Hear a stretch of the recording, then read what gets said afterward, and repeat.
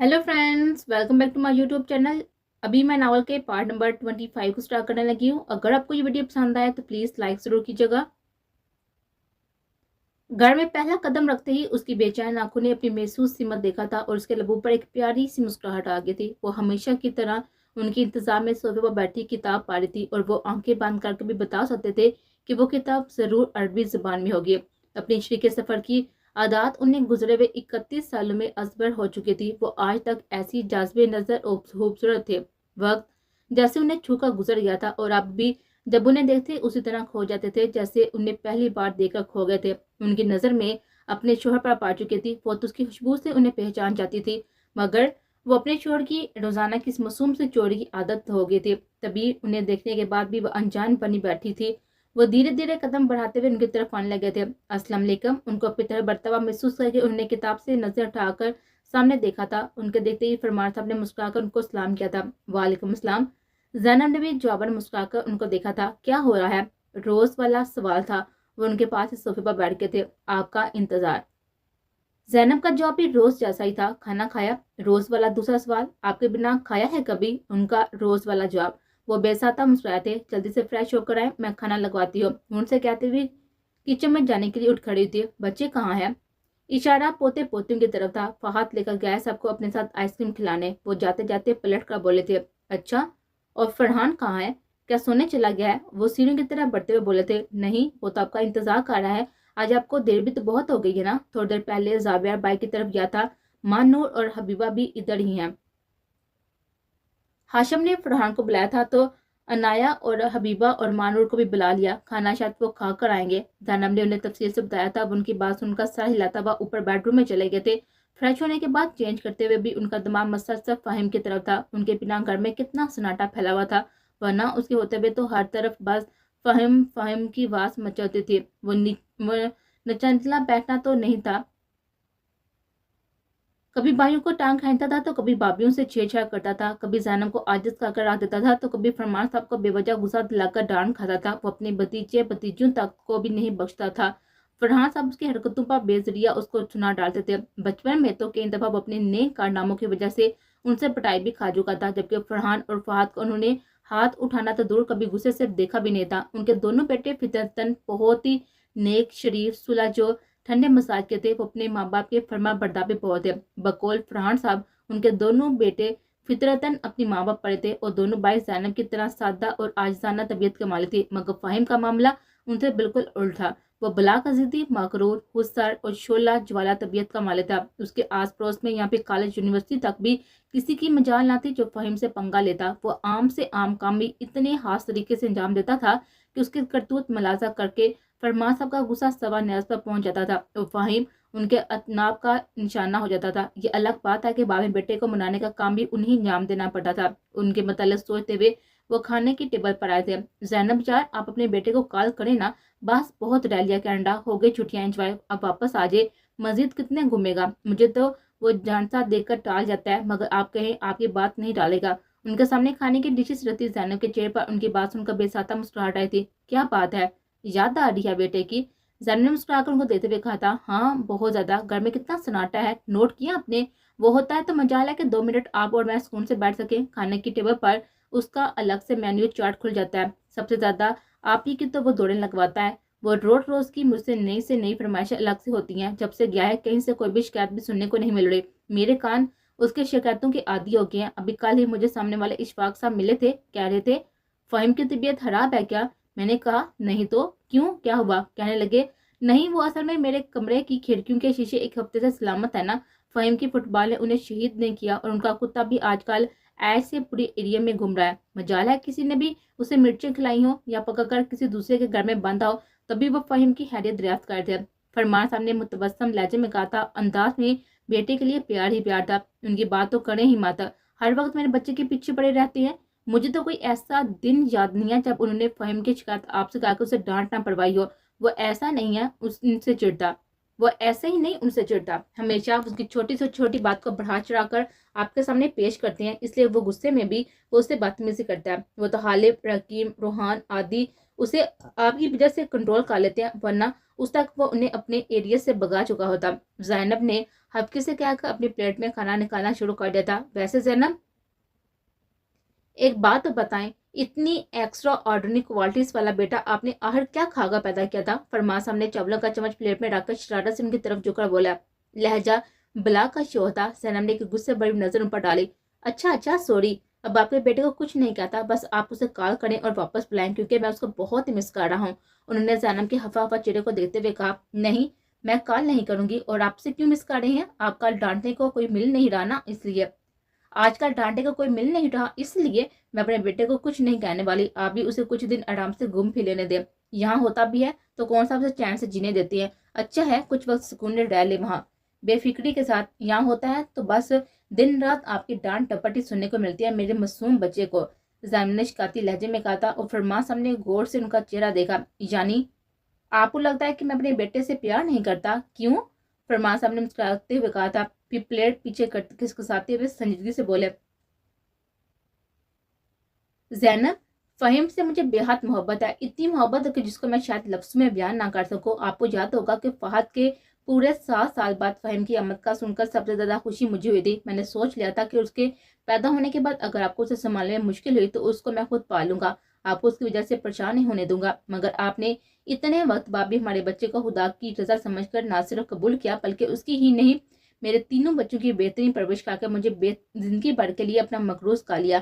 میں مر کر بھی آپ کا یہ احسان نہیں اتار سکوں گا جو میری نسل کو سنوار کر آپ نے کیا، مجھے گھر کا سکون دیا، میرے بچوں کا اتنا پیار دیا، اور کہیں کہیں تو میرے حصے کی ذمہ داریاں بھی خود اٹھائی ہیں۔ اس سب کے لیے آپ کا بہت بہت شکریہ زینب۔ رہی بات فہیم کی، تو ماں اور باپ کے محبت جتانے کے انداز میں بہت ہی فرق ہوتا ہے۔ فہیم کو دیکھ کر مجھے اپنا بچپن یاد آتا ہے، وہ بچپن جسے میں نے محرومیوں میں گزار دیا۔ ماں باپ کے نہ ہونے سے ایک بچہ کتنے عذابوں سے گزرتا ہے، اس کا مجھ سے بہتر کوئی نہیں جانتا تھا۔ جب میں چھوٹا تھا نا تو مجھے چچی نے سمجھا دیا تھا کہ میں لاوارث ہوں، میرے ماں باپ کے بعد یہ چچا کا احسان ہے جو انہوں نے مجھے سر چھپانے کو جگہ دے دی، سڑکوں پر بھیک مانگنے کو اکیلا نہیں چھوڑا۔ مجھے ان کے بچوں کے کھلونوں کو ہاتھ لگانے کی اجازت نہ تھی، ان کے ساتھ کھیلنے کا مجھے کوئی حق نہیں تھا۔ چچی مجھ سے گھر کے کام کروا کر سب سے آخر میں کھانا دیتی تو یہ جتانا نہیں بولتی تھی کہ میں ان کے لیے ایک اضافی بوجھ ہوں۔ کبھی کبھی وہ لوگ باہر کھانا کھانے جاتے تھے تو چچا کے کہنے پر بھی چچی مجھے اپنے ساتھ لے کر نہیں جاتے تھے، کیونکہ انہیں لگتا تھا کہ اس طرح میری عادتیں خراب ہو جائیں گی اور میں روز اچھا کھانا مانگوں گا۔ میرا چچا زاد اچھے کپڑے پہنتے تھے، کھیلنے کودنے کو جاتے تھے، گھر میں ان کی ایک بڑی پیاری سی سائیکل تھی جسے میں روز چپکے دیتا تھا۔ مجھے اسے کھلم کھلا دیکھنے کی بھی اجازت نہ تھی کیونکہ میرا کزن اس معاملے میں ماں جیسا ہی تھا۔ ایک بار میں نے غلطی اس کی سائیکل پر بیٹھ گیا، مجھے یاد ہے اس دن میرے کزن نے اسی باپا ہنگامہ کھڑا کر دیا اور چچی نے مجھے اس غلطی پر بے دردی سے بیلٹ سے مارا تھا۔ ساتھ ساتھ کہتی جاتی تھی کہ مجھ جیسے لاوارث یتیم کی اتنی اوقات نہیں ہے کہ میں ان کے بچوں کے کھلونوں کو ہاتھ لگا سکوں۔ پورا دن اور پوری رات مجھے انہوں نے کھانا نہیں دیا، میں اکیلا اسٹور روم میں پڑا رات پر روتا رہا۔ تکلیف سے زیادہ ذلت نے مجھے پوری رات سونے نہیں دیا۔ میں صرف 7 سال کا تھا جب میری ماں باپ کا انتقال ہوا تھا۔ میں اسکول جاتا تھا تو میری امی مجھے پیشانی پر پیار کر کے روزانہ اسکول بھیجتی تھی، اور میرے پیارے بابا مجھے روز رات کو دیکھے بنا نہیں سوتے تھے، ان کے ساتھ میں روز کھیلنے جاتا تھا۔ مگر ان دونوں کے انتقال کے بعد میں نے محرومی کا ایک مسلسل عذاب سہا ہے۔ چچا اپنی بیوی اور بچوں کا رویہ میرے ساتھ اچھی طرح جانتے تھے، مگر وہ بھی مجبور تھے، ان کی بیوی کم آمدنی میں ان کے گھر کو چلا رہی تھی، اسی احساس نے ان کی زبان کو بند کر رکھا تھا۔ ہاں بس انہوں نے ایک یہ احسان کیا تھا کہ میرے اسکول میں ایڈمیشن کروا دیا تھا، یہ وہ احسان ہے جس کا میں آج تک مقروض ہوں۔ گو اس کے بعد بھی چچی نے ہنگامہ کیا تھا، مگر چچا نے اس معاملے میں ان کی نہیں سنی، اور یوں میں اسکول کے دوران ہی اپنے سے جونیئر بچوں کو ٹیوشن دینے لگا۔ اسکول کے بعد ٹیوشن پڑھاتا تھا، اس کے بعد گھر آ کر گھر کے کام کرتا تھا اور رات کے وقت پڑھائی کرتا تھا۔ اسی طرح اسکول کا دور ختم ہوا اور میں اپنے زورے بازو پر کالج پہنچا تھا۔ فرمان صاحب نے گہری سانس لے کر اپنی نم ہوتی ہوئی آنکھوں کو صاف کیا اور زینب کا دل ان کی تکلیف کا سوچ کر کٹا جا رہا تھا۔ شادی کے اتنے سال گزرنے کے بعد اب جب ان کے بچوں کے بھی بچے ہو چکے تھے، عمر کے اس دور میں پہنچ کر فرمان صاحب نے اپنے درد کو ان سے شیئر کیا تھا۔ آج پہلی بار وہ ان سے اس طرح سے کھلے تھے، ورنہ انہوں نے اپنے ذات انہیں اپنے بچوں کو اور صرف خوشیاں ہی اور آسانیاں دی تھی۔ بچوں کے لیے وہ ذمہ دار باپ تھے تو زینب کے لیے وہ ٹوٹ کر محبت کرنے والے شوہر ثابت ہوئے تھے، مگر اپنے ذات کے اندر وہ اتنی محرومیاں سمیٹے ہوئے تھے، یہ زینب کو اندازہ نہیں تھا۔ ان کے اس درد نے ہی زینب کی آنکھوں کو بھی آنسو سے بھر دیا تھا۔ ان نے بے ساتھ بڑھ کر فرمان صاحب کے کاندھے پر ہاتھ رکھا تھا اور فرمان صاحب نے چونکا زینب کی بہتی ہوئی آنکھوں کو دیکھا اور دھیرے سے مسکرا کر ان کے آنسو صاف کیے، اپنے کاندھے پر رکھے ہوئے ان کے ہاتھ پکڑ کر چومتے ہوئے بولے، زینب آپ کی مسکراہٹ میری طاقت ہے، اس طرح روکا مجھے کمزور نہ کریں پلیز۔ آج میں آپ سے اپنے دل کا درد شیئر کرنا چاہتا ہوں، وہ تکلیفیں جنہیں میں نے اپنے اندر کہیں اتار لیا تھا، آج میں آپ کو سنانا چاہتا ہوں۔ میں نے مکمل خاندان دیکھا مگر کبھی بھی میں خود کسی مکمل فیملی کا حصہ نہیں رہا۔ پھر آپ میری زندگی میں آئے، مجھے فیملی ملی، میرے بچے ملے، میری زندگی کو آپ نے اور ہمارے بچوں نے مکمل کیا۔ فرحان کے اندر میں نے اپنی جوانی کو دیکھتا ہوں تو فہد کے اندر مجھے اپنا لڑکپن نظر آتا ہے، اور فہیم وہ تو میرے دل کا ٹکڑا ہے، اس کی معصوم شرارتوں میں اپنا بچپن جیتا ہوں۔ فہیم کو جب بھی شرارتیں کرتا دیکھتا ہوں تو اس کے اندر مجھے اپنے 7 سالہ فرمان اپنی زندگی کھل کر جیتا ہوا نظر آتا ہے، وہ فرمان جو اپنی نام تمام خواہشات کو فہیم کے روپ میں مکمل ہوتا ہوا دیکھتا ہے۔ میں نے عزم کیا تھا کہ جب خدا مجھے اس قابل کرے گا کہ میں جب ایک فیملی بناؤں گا، میری بیوی ہوگی، بچے ہوں گے، تو انہیں میں سب کچھ دوں گا۔ وہ سب جو میں نہیں پا سکا، وہ محرومیاں میری ذات کا حصہ نہیں، میرے بچوں کی زندگی ان سے پاک ہو گئی۔ میرے لیے بچپن کو جینا ممنون قرار دیا گیا تھا۔ مجھے میرے بچے اپنا بچپن کھل کر جئیں گے مگر انہیں کسی چیز کی کمی نہیں ہونے دوں گا، وہ آسائشیں ہو یا پھر باپ کا پیار۔ اس لیے میں نے اپنے بچوں کو مکمل وقت دیا، انہیں گھر کا سکون دیا، محبتیں دی اور دنیا بھر کی تمام آسائشیں فراہم کی تاکہ وہ میری طرح کی زندگی نہ گزاریں۔ میرے چچا کے بچے میرے سامنے اپنے ماں باپ سے لاڈ کرتے تھے تو کبھی برتن دھوتے یا صفائی کرتے میں دور کھڑا حسرت سے انہیں دیکھتا رہتا۔ میرے دل میں پلتی ہوئی یہ حسرت ہی رہ گئی کہ کوئی ممتا بڑا آنچل مجھے بھی اپنے اندر سمیٹنے والا ہوتا، کوئی شفقت بڑا وہ ہاتھ میرے بھی سر پر رکھنے والا ہوتا، مگر ایسا کبھی نہیں تھا۔ اس لیے میں نے اپنے بچوں کو شروع سے پیار بڑا ماحول دیا، اور آپ کو جب بچوں کے لاڈ اٹھاتا دیکھتا ہوں نا تو میرے اندر کا وہ 7-8 سالہ فرمان جو اپنی ماں کے آغوش میں چھپنے کا تمنائی تھا وہ اندر تک شانت ہو جاتا ہے۔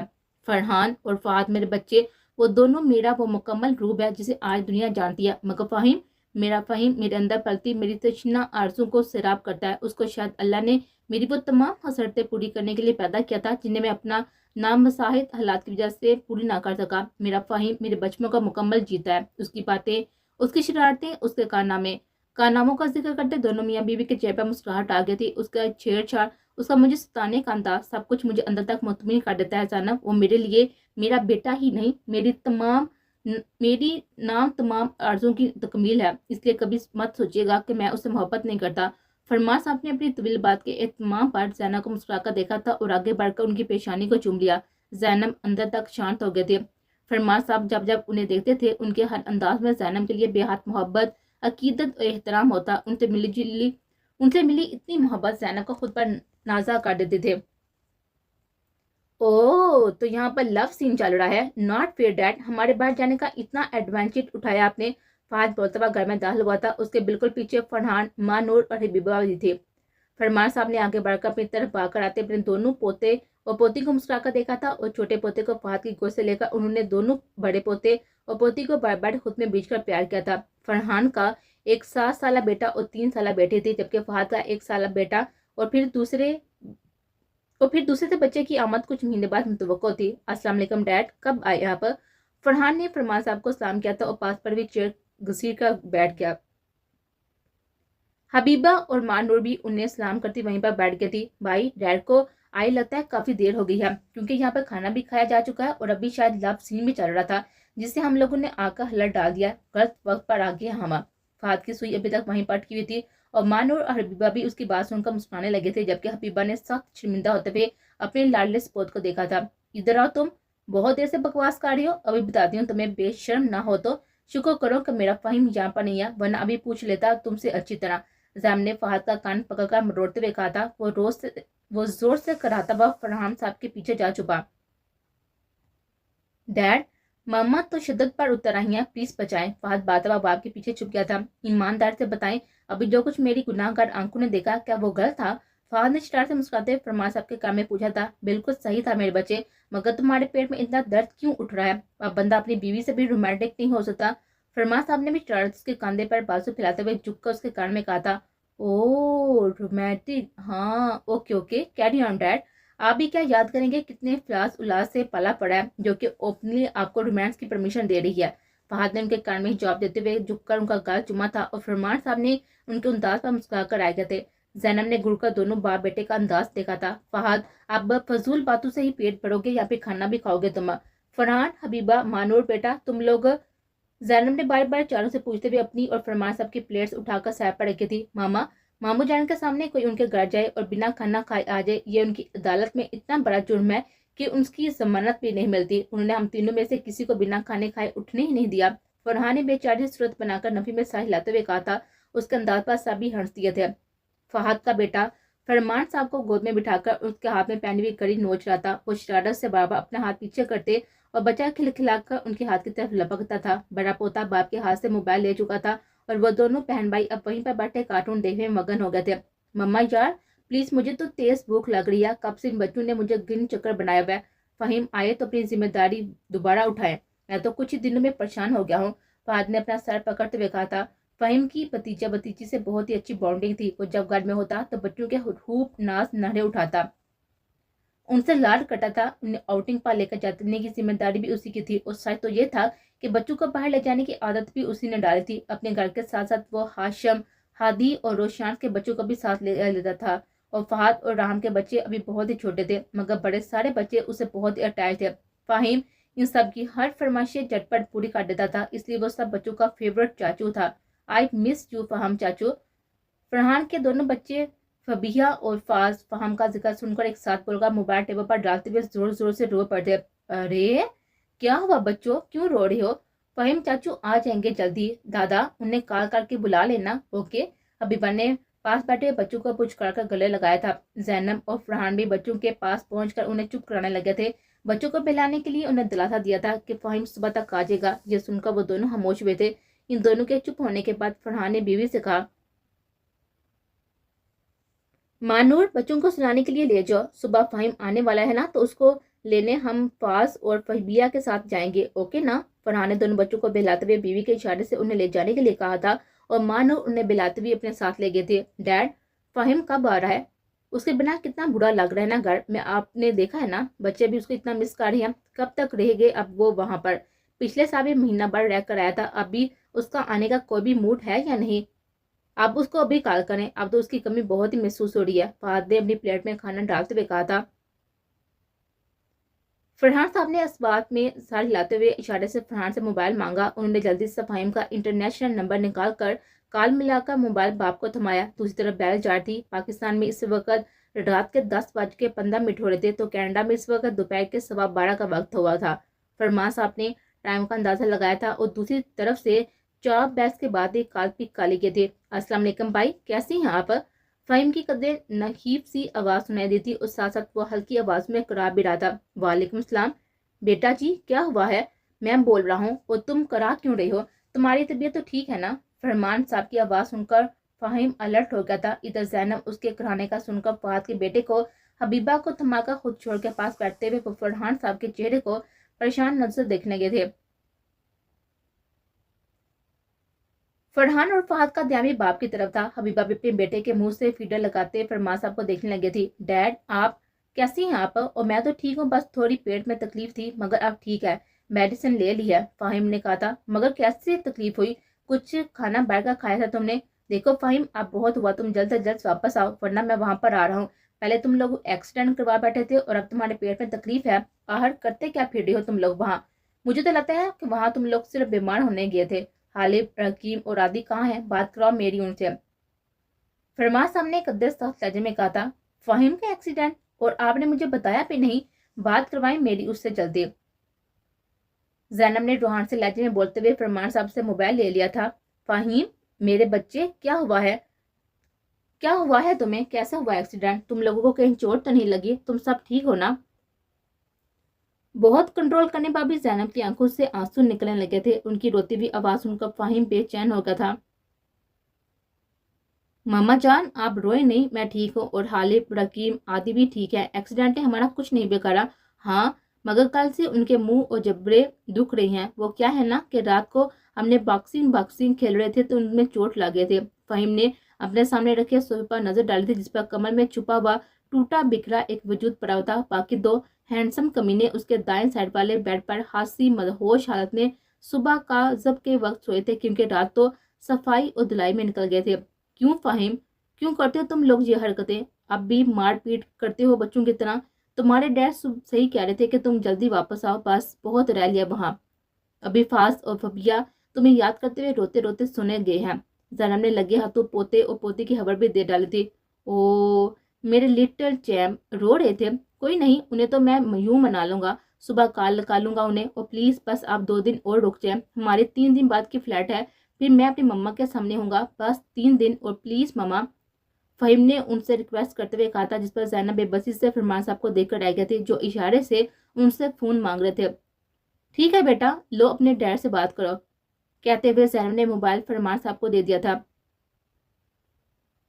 बाकी तीनों कहाँ हैं? उनने खुरदरे हुए लहजे में पूछा। सो रहे हैं अभी तो। फहीम ने दोबारा तीनों पर नजर डाली। ओके, जैसे ही उठे मेरी बात उनसे करवाओ, फरमान साहब ने तहक्कुम से कहा था। ओके डैड, फहीम ने जवाब दिया था। अब वापसी का दिन बताओ अभी के अभी। फरमान साहब ने दो टोक लहजे में कहा था। 3 दिन बाद। फहीम ने भी एहतसास से काम लिया था। फ्लैट टाइमिंग एक और सवाल, शाम 4 बजे, मुत्तसर जवाब। मैं रिसीव करने आऊंगा मैं रिसीव करने आऊंगा विदाउट एनी एक्सक्यूज। दबंग लहजे में धमकी। हम बड़े हो गए ना, घर का रास्ता भी जानते हैं, खुद आ सकते हैं। वो भी उन्हीं का बेटा था, इतनी जल्दी हार कैसे मान लेता? मेरे लिए आप भी बच्ची हो, इसलिए जितना कहा है ना उसे समझो और दिमाग में बिठा लो, वरना छितर मारते हुए एयरपोर्ट से घर तक लाऊंगा, वो भी सबके सामने। 3 दिन बाद, मतलब 3 दिन बाद, 3 दिन बाद शाम 4 बजे तुमसे मुलाकात होगी एयरपोर्ट पर। अपना ख्याल रखना, तब तक अल्लाह हाफिज। उन्हें कहते हुए कॉल डिस्कनेक्ट कर देती। क्या हुआ है डैड, कैसा एक्सीडेंट, और अब फहीम को क्या हुआ है, वो कब आ रहा है? फरहान ने वफात जो कि कब से उनकी बात खत्म होने का इंतजार कर रहे थे, बेचैनी से पूछा। जवाब में फरमान साहब ने एक नजर बेटी और बीवी के परेशान चेहरे को देते हुए गहरी सांस भरी। उन्हें कुछ दिन पहले की वीडियो कॉल और उनके झूठे एक्सीडेंट और कनाडा में रुकने की मजीद मोहलत के बारे में तफसील से बताया था, जिस पर फरहान, फहद और हबीबा तो बेसाता ही हंसने लगे थे, जबकि जैनब हैरत से शायद बात सुन रहे थे। बदमाश बच्चे, और मैं समझ रही थी कि सचमुच में मेरे बेटे का एक्सीडेंट हुआ है। कितना बदतमीज है ये लड़का, आज जाने दो, उसे अच्छी तरह से हब्बल लेती हूँ। जैम ने गुस्से से नाक फैलाते हुए कहा था। भाई आप भी तो कहती हैं कि मैं आपके बेटे पर बेजा गुस्सा करता हूँ, आप देखा आपने? फरमान साहब ने मुस्कुराते हुए कहा था। हाँ देख लिया, आ जाए तो एक बार फिर पूछूंगी। और चलो बच्चों, अब रात बहुत हो गई है, सोने जाओ तुम लोग भी। जैनब ने हबीबा, फरहान और फहद को सोने के लिए भेजा था। उनके जाने के बाद वो वापस फरहान साहब की तरफ घूम गए। क्या हुआ है, क्यों बैठे हैं आप ऐसे? चलें, सुना नहीं है क्या? उन्हें फरमान साहब का कंधा हिलाते हुए पूछा था, जो कि हल्ला में किसी नादीदा नुक्ते को घूरते हुए खामोश बैठे थे। मैं कुछ सोच रहा हूँ जैनब, वो संजीदगी से बोले। क्या सोच रहे थे? वो उनके संजीदा लहजे पर ठटक कर उन्हें देखते हुए बोले। यही कि आपने क्या खाकर फहम को पैदा किया था। उनके संजीदा से बोले गए जुमले पर पहले तो जैनब ने नासमझी से उन्हें देखा था, और फिर जैसे ही बात उनके समझ में आई, उनके चेहरे पर गुस्से और शर्म का मिला जुला तासर फैल गया था, और फरमान साहब ने महसूस की मुस्कुराहट से उनके रंग बदलते हुए चेहरे को देखा लगे थे। दोनों बाप बेटे एक जैसे ही हैं, मुंह फट और ड्रामेबाज। वो बड़बड़ाती वहां से वॉक आउट कर गई थी, और पीछे फरमान साहब के जिंदगी से भरपूर कहके ने उन्हें भी मुस्कुराने पर मजबूर कर दिया था।